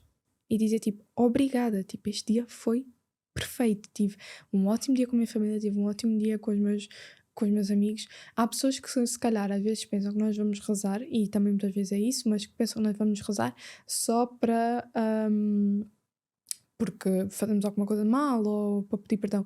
Às vezes é mesmo só para agradecer, porque Deus também é agradecer, Deus também é gratidão, e às vezes é só para dizer muito obrigada, porque acordei, porque dormi, porque tenho a minha família, porque comi, ok? E nós às vezes esquecemos-nos disso também, da gratidão, da parte da gratidão. Às vezes não é só o perdão. E temos que nos lembrar disso também. Por isso é que são 5 rezas, percebes? Para termos tempo durante o dia todo de que há momentos para agradecer, há momentos para pedir perdão, há momentos para pedir compaixão, e vamos assim durante o dia todo. Como é que na prática tu estruturas isso? O que é na prática, no dia a dia, praticar a religião do Islão? Não é assim. Imagina, estás a falar das rezas ou. De tudo, mas também das rezas, porque são 5. Ou seja, tu pensas, imagina. Imagina quando estavas aqui a estruturar o teu dia, como é que ia ser hoje, e a que horas é que ias sair, para estares aqui, etc. Tu então planeias também quando é que tu vais fazer as rezas? Sim. E vou-te dizer, não é assim tão difícil como as pessoas pensam. São 5 minutos do teu dia. Não demora assim tanto tu tirares um tempo para falar com Deus. Não é assim tanto tempo. Obviamente que há momentos em que eu tiro mais para falar com Deus quando alguma coisa acontece na minha vida, isso é mais à noite, e eu tiro aquele momento para chorar um pouco, para conversar um pouco, é muito mais ali deep no momento. Mas quando eu estou a fazer as rezas normais, mano, tira 5 minutos do teu dia só para rezar, para agradecer, para pedir, por exemplo, principalmente quando vou sair, para pedir ali, Deus, por favor, protege-me nesta saída, estás a perceber? Não demora assim tanto tempo. Obviamente que às vezes ajusto um bocadinho as horas, às vezes tenho que fazer um bocado mais cedo, às Sim, vezes claro, um com bocado mais base no tarde. dia a dia. Exato. Mas há coisas em termos da religião, às vezes torna-se um bocado difícil para mim. Até porque estou a aprender, há coisas que eu também não sei e aprendo no momento a lidar, estás a perceber? Há coisas que eu ainda não sei lidar ou não compreendo tão bem, e acho que isso também é normal. Eu estou a tirar o meu tempo, estás a perceber? Como eu digo, é o tempo. Eu acho que no início eu estava muito rígida comigo mesmo e eu pensei, antes que me dê um burnout, deixa-me dar um step back. E fazer essas coisas com. Mas quando tu fazes as rezas, tens que fazer alguma coisa física? Ou eu, por exemplo, eu posso agora aqui sem ter que me ajoelhar? Ou tipo, a reza tem que look like something? Tem que ter algum aspecto específico? Ou eu posso simplesmente, tipo, dentro de mim rezar? Não, tem que. É um processo inteiro que tens que fazer. Qual é o processo? Ensina-nos um pouco. Ou seja, tens de ter um tapete ou something. Estás a perceber? Até pode ser algo assim, algo limpo, que eu tenho que me pôr para estar em cima de rezar, dependendo do teu setor, porque há setores no Islão, tens que ter um objeto, não é? Eu não partilho de setores, então não concordo com o uso de objetos, mas dando aqui, dizendo que há setores que usam. Usas o tapetezinho, rezas, começas com o início da oração, dependendo também do teu setor, começas com um estilo diferente, mas normalmente é sempre com as mãos, levantas as mãos, começas... Metes de joelhos e pões e depois colocas de joelhos ali, começas sempre de pé, mas depois vais de joelhos e não sei o quê. Há pessoas, pelo que sei, dizem que há escrituras na Bíblia que também dizem que os católicos também fazem a sua oração de joelhos, põem-se de joelhos, rezam e tal. Há as suas semelhanças, percebes? E nós temos mais disciplina no sentido de que é um processo inteiro ali que vai e depois acaba-se, conversas um bocado com Deus, enrolas o tapetezinho e já está. Às vezes há pessoas que rezam no carro, há pessoas que rezam na rua, é um processo mais diferente porque tens de te proteger, porque também nunca sabes quem é que pode aparecer assim, mas é mais ou menos igual. E tudo o que tu me disseste até agora sobre esta religião, não consigo ver mal, e há muita gente que vê mal, porque para mim é do género, não tem mal. Não queres, não, é do género, imagina que eu estou tipo, fogo, que chato, agora tenho que ir 5 vezes, tipo, isso não é importante, para que é que eu tenho que ter um tapete, não sei o quê, e eu posso, mas para mim é do género, não queres rezar 5 vezes com o tapete, não rezes. Ninguém te está a obrigar a rezar 5 vezes com o tapete. E até gostei do que tu disseste, que eu não sabia, que no Corão estava escrito que não se deve forçar a religião nos outros. Não tinha esta noção. A mim parece-me só uma questão que é, se há pessoas que não estão a fazer mal a ninguém e que estão só literalmente a fazer coisas que lhes dão uma sensação de paz, não consigo perceber porque é que eu teria que apontar ou criticar alguma coisa, porque em momento algum, pelo que tu me disseste agora, tu violaste a minha liberdade, ou tu fizeste alguma coisa que me afetasse a minha vida. Então agora queria falar sobre este assunto da religião versus a cultura, porque eu acho que é natural a impressão que, principalmente no Ocidente, a impressão negativa e a conotação negativa que se dá à religião, considerando a quantidade de ataques e situações más e atos violentos que são feitos em nome da religião. Então, para quem não conhece a religião e para quem está a viver a sua vida normal, imagina no Ocidente, que aqui, pronto, Portugal, os Estados Unidos, o que seja, para quem está a viver a sua vida normal, não conhece esta religião, não conhece nada da religião, e os únicos contextos onde ouve falar da religião é quando existem atos que são inerentemente maus, coisas más que acontecem, e as pessoas que os estão a fazer estão a dizer que estão a fazer isto em nome da religião, eu acho só natural que as pessoas fiquem com uma impressão negativa sobre a religião.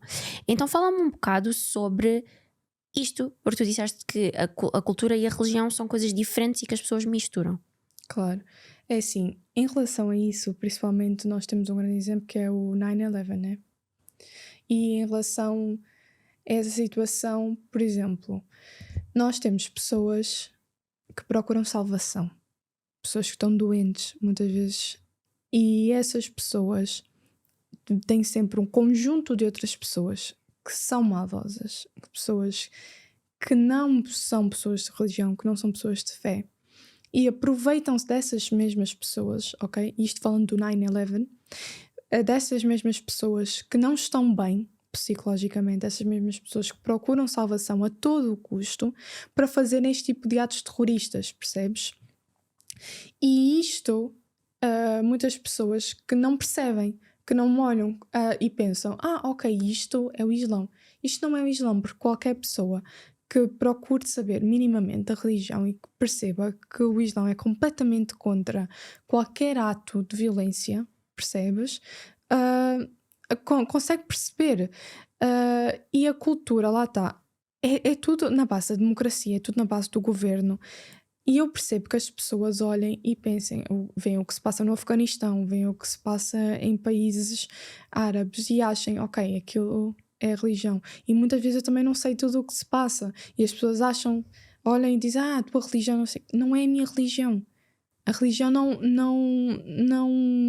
não caracteriza aquilo, não gosta daquilo, não apoia aquilo. O que se passa é o governo. O governo que é feito pela mão de quem? Do homem. E o homem acha que pode usar a palavra de Deus para os seus atos. E aquilo não é correto. E usa o quê? A mulher cobre-te. Porque Deus diz. Deus não diz que a mulher tem que ser obrigada a fazer não sei o quê. A mulher tem que usar o hijab. Sim, tem que usar o hijab. O hijab. Cobrir, normal. Não tem que cobrir a sua... Por exemplo, que é o mito, que a mulher tem que cobrir a cara toda, tem que cobrir da cabeça aos pés. Não tem. Percebes? Isso é a palavra do homem. Isso é o que o homem inventa, porque o homem quer à força toda oprimir a mulher. Percebes? O homem quer pôr a mulher debaixo do seu pé. E, obviamente, eu não posso nunca julgar ninguém que acha que situações como estas são um Islão. Não posso julgar. Mas agora o que eu posso fazer é, quando alguém se senta comigo e conversa comigo sobre, eu dizer o pouco que eu sei sobre a minha religião e passar isso para outra pessoa, percebes? Se calhar aqui em conversa contigo ou conversa com outra pessoa dizer, não, calma, isto não é a minha religião, percebes? Isto é simplesmente os homens a serem misóginos, tipo, é a única coisa que eu te posso dizer. E tu agora estavas a dizer sobre o hijab, que então no Corão diz que as mulheres têm que usar. Sim. Então tu não podes dizer que és muçulmana se não usares. Tu continuas a ser muçulmana se não usares. Mas estás tipo a quebrar a regra. Mas estás a quebrar uma regra. Ok. E porquê? Qual é o racional dessa regra? Porquê que as mulheres têm que se cobrir? Têm que cobrir a cabeça, o cabelo? É isso? Sim. O cabelo como é que eu te explicar? É o feminino da mulher, a beleza da mulher, percebes? E a mulher pode mostrar o cabelo, mas não é à frente de qualquer homem. Muitas pessoas até acham que nós não podemos mostrar à frente de nenhum homem. Muitas pessoas têm essa concepção, mas tu podes mostrar à frente de alguns homens. À frente do pai, à frente do irmão, à frente de meninos que ainda não tenham atingido a idade da puberdade. Mas à frente de homens com quem tu te possas casar, ou seja, não mahrems, são chamados os mahrems, tu não podes mostrar, ok? E à frente de todas as mulheres podes mostrar também. Ou seja, há um pequeno grupo de homens nos quais tu não podes mostrar o teu cabelo. E tu tens de cobrir o teu cabelo como forma também de modéstia. O teu respeito, modéstia. E não é só o cabelo. As pessoas só falam do cabelo, mas então e a roupa? Nós também temos que cobrir a roupa, cobrir o corpo e tudo mais. É a forma de nós mostrarmos a nossa modéstia e o nosso respeito por nós mesmos. Mas quando tu estás em casa ou quando tu estás com um certo grupo, tu podes estar à vontade, percebes? Mas imagina, tu podes, por exemplo, ter o hijab, mas ter um decote. Não. Também perde todo o propósito da situação. Ok, então um pouco então desrespeitoso. deixa-me ver se eu percebi corretamente. É como o cabelo da mulher é visto como algo que é sagrado da sua É feminilidade. sagrado. Então ou seja, homens com os quais nós podemos vir a ter relações sexuais não podem ver. Não podem ver. E Pelo menos até o dia do casamento. Mas então porquê que porquê que eles não dizem aos homens também para andarem com tipo um hijab? Os homens têm um hijab, que é a sua barba. Os homens não podem não ter barba. Os homens que podem crescer pelo, que conseguem crescer a sua barba, têm que ter barba, que é o Mas seu eu hijab. não sabia. Sim. Eles não podem ou seja, fazer a sua barba. Esse é o hijab do homem, que é muita coisa que as pessoas não sabem. Não sabia mesmo que eles Exato. tinham. Mas podem mostrar o cabelo, mas o cabelo deles também não devia ser Porque sagrado. porque não, um homem com cabelo ou sem cabelo, o que é que lhes vale? Nada. Agora põe uma mulher com cabelo, sem cabelo. E o que é que não existem pessoas que até que gostam de ser muçulmanas e que gostam desta religião porque gostam da maneira como as 5 rezas lhes fazem sentir e Sim. gostam de ler as histórias do Corão, etc. Mas que sentem, não acho, não, eu por acaso queria mesmo mostrar o meu cabelo, não sinto a necessidade de ser modesta. E eu tenho muitas amigas que mostram o cabelo. E são julgadas dentro da religião. Não, de todo. Então tu dentro da religião, se tu não usares, não és julgada. Pelo menos não deverias ser. Ok. Não, o Islão não ensina isso. Se for julgada, vai ser julgada por algum homem imbecil que andem na rua. Ok, então, Porque o Islão mas não então é ensina obrigatório, mas não. É assim, é obrigatório porque é um mandado de Deus. Mas nós temos livre arbítrio. Percebes? Tu fazes aquilo que tu achas melhor. Também Deus diz que tu não deves beber álcool, mas se tu beberes álcool é contigo. Porque tu tens livre-arbítrio de fazer as tuas próprias decisões e depois tu arcas com as consequências no julgamento final. Mas há sempre... Quais são as consequências de não usar? Dentro daquilo que é a crença da religião, quais são as consequências de não usar? É um pecado, não é? Não deixa de ser um pecado. Porque eu vou-te explicar porquê. Tu tens que te cobrir perante Deus, não é? Quando vais à igreja, tu tens que usar um véu. Isso está... Tens que usar um véu, tens que respeitar o lugar do Senhor, não é? Mas as pessoas não usam véu para ir à igreja Mas isso é católica. porque agora são liberais e modernos, mas eles têm que usar. Ok. Mas é simplesmente porque agora são todos liberais. Mas Ok. a regra da igreja é porque são. Tu compras uma santa, elas estão vestidas como? Dos pés à cabeça, modestas, cobertas. Ok. Como nós. Ok. Mas hoje em dia são bastante liberais, simplesmente. E no entanto, qual era o meu ponto? Sim. Que nós, quando vamos conversar com Deus, nós temos que nos cobrir. E um muçulmano reza 5 vezes ao dia. Imagina tu tens de estar a pôr e a tirar, a pôr e a tirar, a pôr e a tirar. É muito chato. Então, por isso mais vale deixar só, minha filha. Deixa lá. Mas há muitas amigas minhas que elas vão e têm a paciência de pôr e tirar, pôr e tirar. Ninguém tem que te julgar. É uma decisão tua. Se tu amanhã viras para mim e disseres assim, Niela, eu quero ser muçulmana, eu falo, vai com Deus. Ainda bem, mashallah. Mas se tu me disseres, mas eu adoro o meu cabelo, eu não estou pronta. A primeira coisa que eu vou te dizer é, Lara, mas o mais importante é o teu corpo, não é o teu cabelo. É tu cobris o teu corpo, é seres modesta em relação ao teu corpo, não é o teu cabelo. Obviamente que o teu cabelo é super importante, mas é não seres vulgar. Porque tu és uma mulher de Deus, não sejas vulgar. Não estou a dizer que usares uma roupa bonita, uma roupa elegante, um vestido bonito, não te fique... Não é ser vulgar, mas estás a perceber, vulgaridade é que não é uma coisa de Deus, é só isso, sabes? Tipo, podes mostrar o decote um dia e seres crente. Eu não uso, mas também não condeno quem usa, até acho bem bonitinho. Mas tipo, ou mostrar a perna um dia, também não... Eu não usaria, mas também não acho feio quem usa, percebes? Ok, estou a Mas perceber. desde que não seja algo vulgar. É o que eu digo. E não é algo... Para mim, lá está. desde que ninguém me esteja a dizer aquilo que eu posso fazer, eu acho que é totalmente legítimo tu quereres fazer e fazeres. E eu lamento mesmo muito que exista uma quantidade enorme de pessoas que põem tanto ódio direcionado a ti só porque tu estás a usar isso na cabeça. As pessoas já imaginam Todos um os monte de dias. coisas sobre ti e agora odeiam-te. Eu acho que isso não se justifica, eu acho que isso não faz mesmo sentido. Às vezes é fetiche. Pode ser também. Tem muito fetiche à volta das... Eu queria falar aqui um bocado sobre as mulheres, porque aqui a impressão que me dá é, por acaso não sabia desta questão da barba, mas a impressão que me dá, e esta é, vou ser sincera, é a opinião que eu tenho, de que a religião, mas se calhar lá está, é porque antes desta conversa eu misturava aqui bastante a religião e a cultura, mas agora depois desta conversa já consigo perceber melhor a linha que separa, porque a religião é aquilo que está no Corão e o Corão não oprime ninguém, de acordo com o que estás a dizer. 100%. Mas não era essa a impressão que eu tinha de todo. Eu tenho a impressão de que a religião em si é machista. Isso é verdade? Não é verdade? Os homens são. A religião não.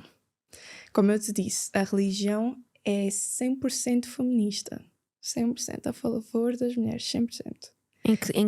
O que é que diz? O que é que dá-me exemplos? Dá-me 3 exemplos de coisas que no Corão te faça achar que o Corão é feminista. Por exemplo, o Corão em nenhum momento, e isto é uma coisa, cultura versus religião. O Corão em nenhum momento diz que a mulher é obrigada a trabalhar, se ela não quiser. Se ela não quiser. E ela muito menos é obrigada a ficar em casa se ela também não quiser. Muitas pessoas dizem que mas a mulher não pode trabalhar porque tem que ficar em casa a tomar conta do homem. Não, ela faz o que ela bem entender.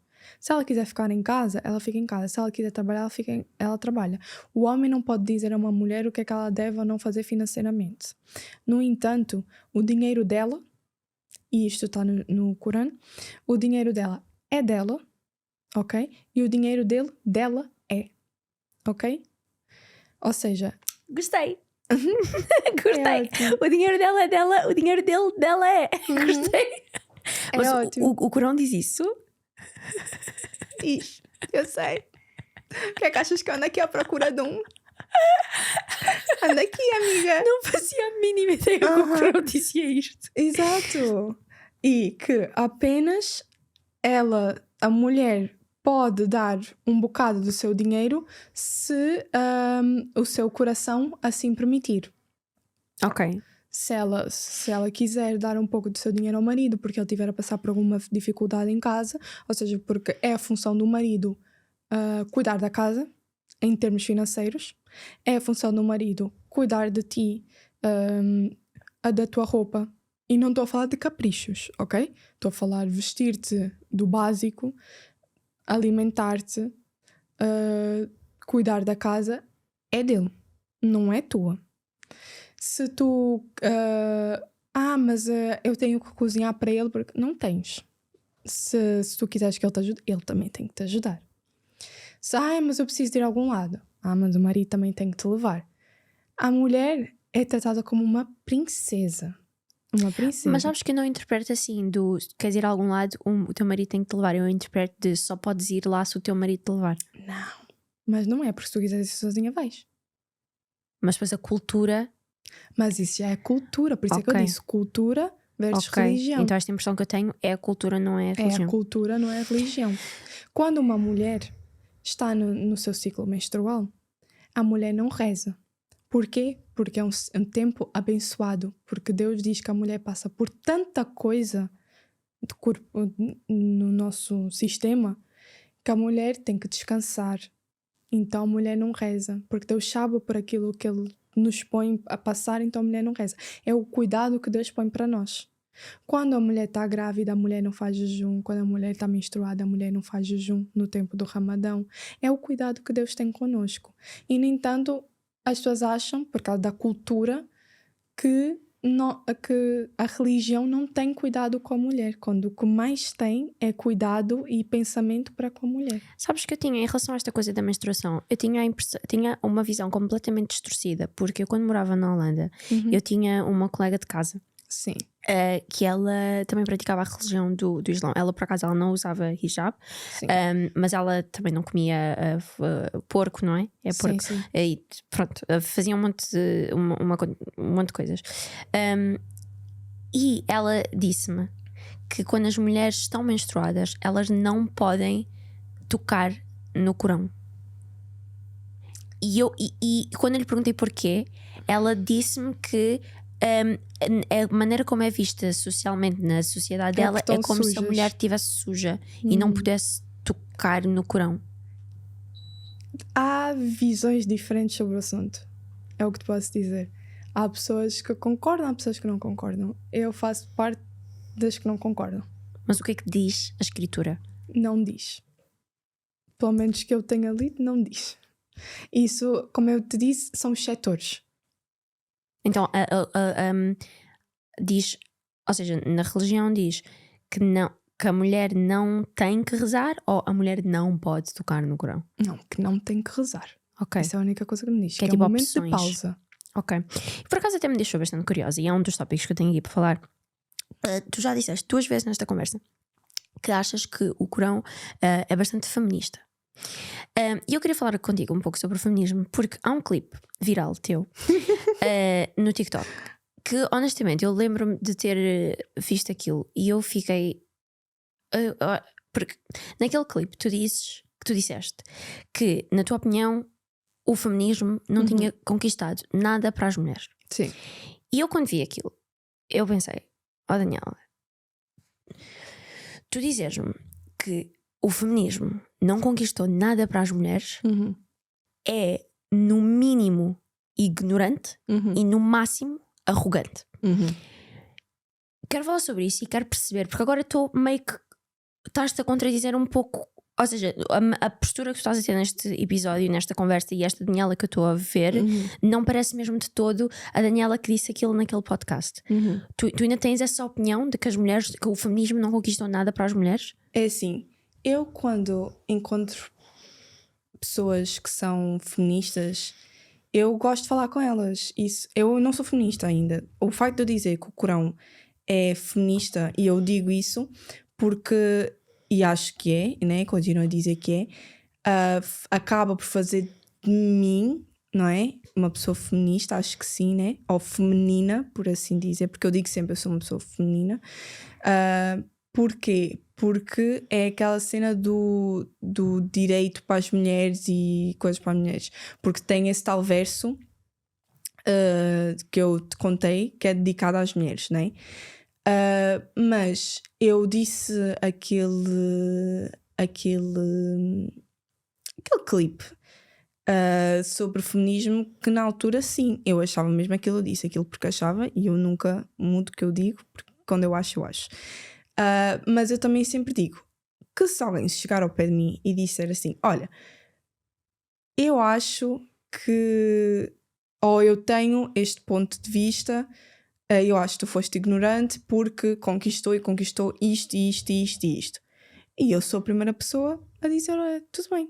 Se alguém chegar ao pé de mim e disser, olha, conquistou isto. Se tu agora vieste aqui e me dissesse assim, olha, o feminismo conquistou isto por esta e esta pessoa, eu vou dizer, está bem. Mas ninguém nunca chegou ao pé de mim e disse tal coisa. Fui julgada, sim, julgaram-me, mas ninguém nunca me disse o contrário. E foi só por isso que eu também nunca liguei. Porque eu não ligo. Ok, percebo o que estás a dizer. Então eu acho que aqui é uma ótima oportunidade para eu te dizer.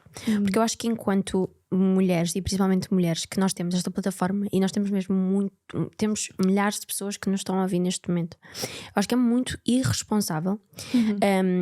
Eu não sou nada daquelas pessoas que acredita que quem tem uma plataforma tem que levar o mundo às costas e tem que saber de tudo e falar de tudo. Sim. Mas isto tem coisas que são os básicos. E nós, enquanto mulheres, eu acho mesmo irresponsável nós deixarmos que, por causa de coisas que nós dissemos, meninas e outras mulheres fiquem com a impressão de que o feminismo é uma coisa má. Eu acho. Mas para algumas pessoas é. O que é que tu achas que é o que é o feminismo, na tua ótica? Imagina, eu considero-me, sim, em relação ao feminismo, uma pessoa muito ignorante, como tu disseste, porque eu não me dou sequer ao trabalho de tentar conhecer muito o que é o feminismo. Simplesmente, para mim, é um movimento que eu considero muito perigoso. E isso eu mantenho a minha opinião. Não o movimento. Aliás, deixa-me corrigir. Não o movimento em si, mas as pessoas com quem eu já vi nesse movimento. Ok. Ok? E o que é que viste nessas Muito pessoas? extremismo, ok? À volta O que é que do elas fizeram? feminismo. É assim, muito na volta, tipo, na zona da política também, sabes?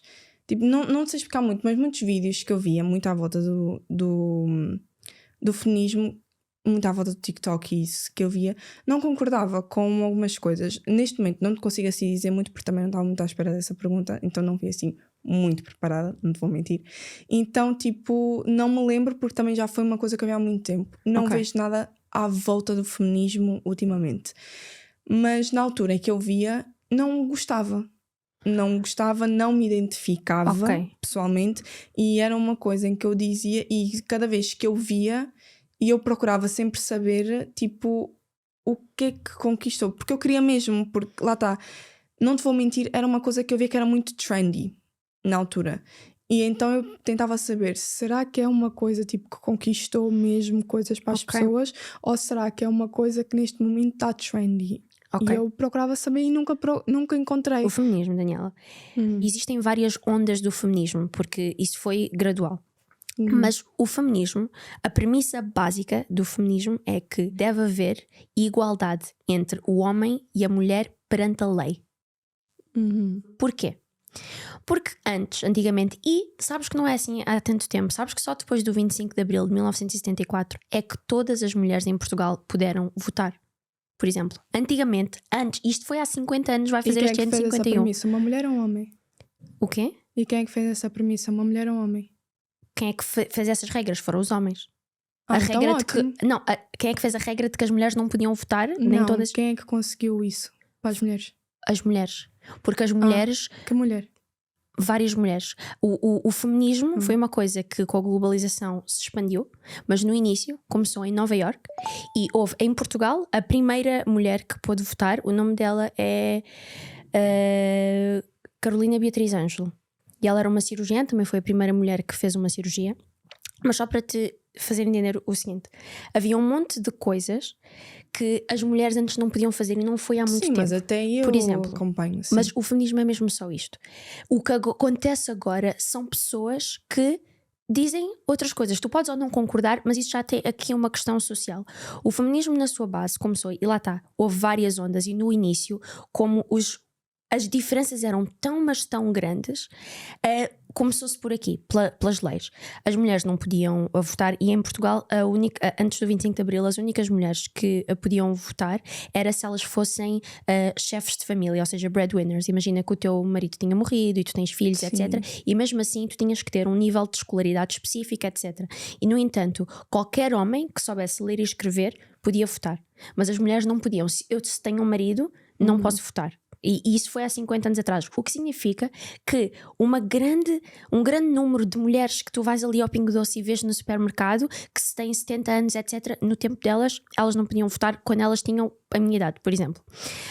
As mulheres não podiam participar na vida política, por exemplo, não podiam, uma mulher que quer, e tu disseste que o Corão te deixa fazer aquilo que tu quiseres. Se tu quiseres trabalhar, vais trabalhar. Se tu quiseres ficar em casa, podes ficar em casa. Dos homens, sim. Pronto. Em termos legais, havia muita coisa que não era possível para as mulheres. Eu vou-te dar um outro exemplo. E também isto também não foi há muito tempo. Esta parte do votar é que eu estou a falar do 25 de Abril, o resto foi conquistado antes. Mas durante muito tempo, se tu sofresses uma violação por parte do teu marido, não havia proteção legal. Por exemplo, se um gajo qualquer na rua te violasse, tu podias ter proteção legal. Mas se o teu marido te violasse, se o teu marido te batesse, essas coisas assim, tu não tinhas proteção legal. Tu não podias ter a propriedade em teu nome, não podias ter o teu dinheiro, não havia essa coisa de ser o teu dinheiro. Tu não podias viajar sem o teu marido consentir, sem o teu marido assinar. Havia um monte de coisas que tu não podias fazer. Tu, Daniela, não podias fazer. E há um monte de coisas que hoje tu podes, precisamente porque há anos atrás houve um grupo de mulheres que se começaram a juntar e se começaram a manifestar. Manifestações na rua, vários lobbies para tentar mudar vários tipo Civil Rights Acts, a tentar formar novas leis. Por exemplo, uma coisa que também acontecia, que não foi há muito tempo, foi... Mas o que é que, a minha pergunta é, o que é que o feminismo está a tentar fazer agora, se agora isso já está tudo... O que eu quero que tu percebas é que eu até aí acompanho e sei disso. Mas o feminismo é só isto. Mas até aí está tudo ótimo, porque se formos a falar daí, sou total a favor. Então, E tu és feminista. Eu até aí sou total a favor. Eu agora não consigo perceber, então, os feministas de agora e estes movimentos que têm ocorrido e tudo mais. Quais movimentos? Ai, mas a igualdade de homem, porque não sei o quê, porque a igualdade de homem, desculpa, a igualdade de género, porque eu quero ser igual ao homem, mas afinal não quero, mas... Como eu estava a dizer, o feminismo teve várias ondas e à medida que mais direitos foram conquistados, tipo, à medida que já que os básicos estavam a ser garantidos, eles começaram a passar para outras ondas. Por exemplo, uma outra onda que surgiu, isto para mim é uma das principais coisas, que é, eu acho que esta pergunta é mesmo o que vai determinar se tu és ou não feminista, que é, imagina que tu concordas que tu és a favor de tu teres o direito de ir para a universidade estudar medicina. Medicina porquê? Não, imagina. Tipo, imagina sim, que tu queres estudar medicina, que tu queres ser cirurgiã, és a favor de que legalmente tu devias ter o direito de ir para a faculdade estudar isto. Ok, sim. Pronto. Tu antes não tinhas, agora tens por causa do movimento feminista. Agora imagina que tu estudas e que tu tens boas notas, não sei o que, és formada, és médica. E que o José Afonso, não sei o que, vai, estuda, é formado, tem boas notas e não sei o que. E vocês os dois vão trabalhar num hospital.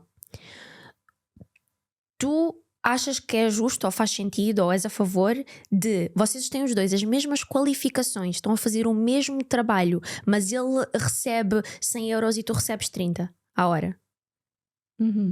Estarias feliz com isto? Possivelmente não. Pois, eu não estaria. E isto era o que acontecia.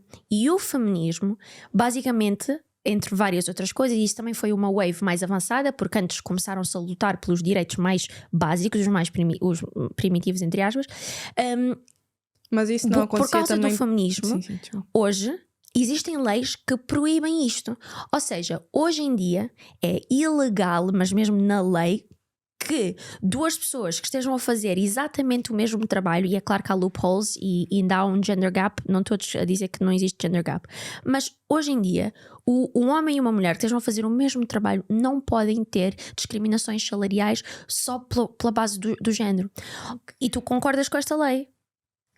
Então, na minha ótica, tu és feminista, mas tu quando disseste aquilo, como não sabias bem o que era o feminismo, e porque lá está, tal e qual como as pessoas do Ocidente veem na televisão estas coisas feitas sobre o Islão, mas aquilo não é o Islão. Aquilo são pessoas que estão a fazer coisas em nome do Islão, mas aquilo não é o Islão. E então todas as coisas que tu possas ter visto que te frustraram na internet sobre o feminismo, aquilo não é o feminismo. Existem coisas que eu até imagino que tu não concordes. Por exemplo, não sei se tu és a favor das mulheres terem direito ao aborto. Sou. És a favor das mulheres terem direito ao aborto? Sou, sim. Olha, então tu também és feminista, porque isto é uma coisa, mas isto também já veio mais tarde, nas tais waves do feminismo, foi uma coisa que antes também não era possível e que por causa destes movimentos feministas... Mas acho que em alguns sítios ainda não é possível, não? Pois, em muitos sítios ainda não é possível.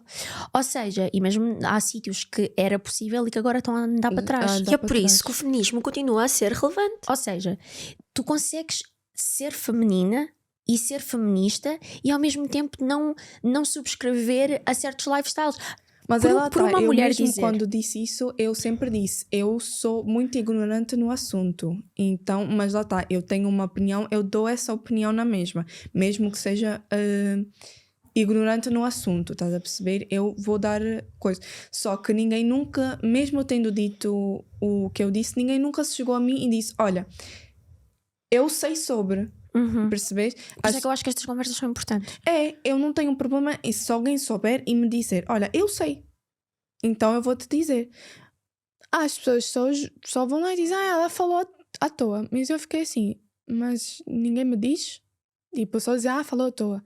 pai, eu não sei, não nada. Se as pessoas me disserem, isto que tu viste, isto que tu viste na internet, ou isto que não sei o quê, não é feminista, não é feminismo. Aí eu fico, tá bem, expliquem-me, mostrem-me, falem sobre, aí eu consigo perceber. Se me disseres que só isto é que é feminismo, que só isto é que não sei o quê, que isto que eu tenho visto não é, ou que eu vi no passado não era, ou que são pessoas mais extremistas, igualmente como as coisas que as pessoas veem sobre a minha religião, aí eu super concordo e apoio até. Não sei, se calhar faz de mim uma feminista, possivelmente pode fazer, como se calhar já com a minha religião também apoia muitas coisas em relação às pessoas feministas, como se diz. Mas na altura, também era mais nova, tinha 24 anos, mas também tipo, eu não sabia. E eu sempre digo, eu sou a primeira pessoa a dizer, quando eu digo, eu disse uma coisa ignorante. Daí eu vou dizer muitas mais coisas ignorantes, desde que alguém chega ao pé de mim e diga, olha, eu sei sobre o assunto, do que só julgar e não me dizer nada.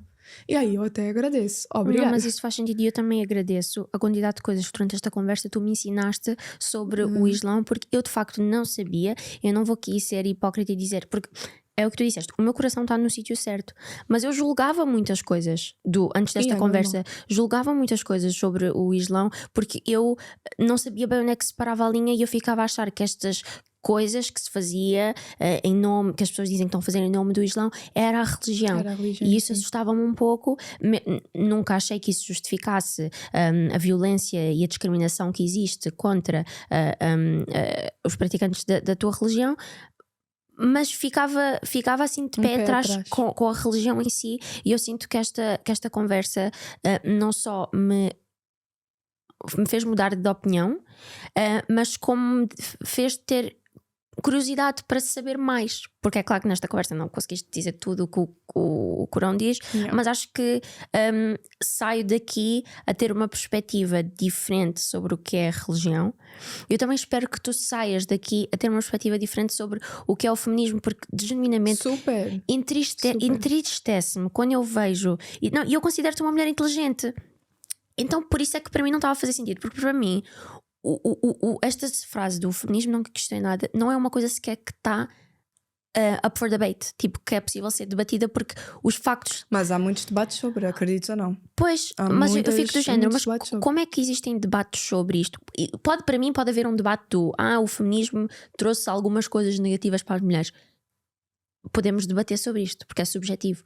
Mas agora, o feminismo não trouxe nada de positivo, é mesmo uma coisa que é factualmente errado e que, como eu tenho uma impressão positiva sobre ti e eu considero-te uma mulher inteligente, fiquei do género, ela de certeza absoluta que não estamos a falar da mesma coisa, porque eu não acho que a Daniela, na sua right mind, saberia do que é o feminismo e diria uma coisa dessas, principalmente uma mulher que acede tantas vezes ao privilégio que o feminismo lhe trouxe. Foste para Londres estudar, tipo, certas coisas que antes simplesmente não eram possíveis. Lá está, porque nós podemos ser inteligentes, mas às vezes nós também podemos aceder à burrice ou à ignorância.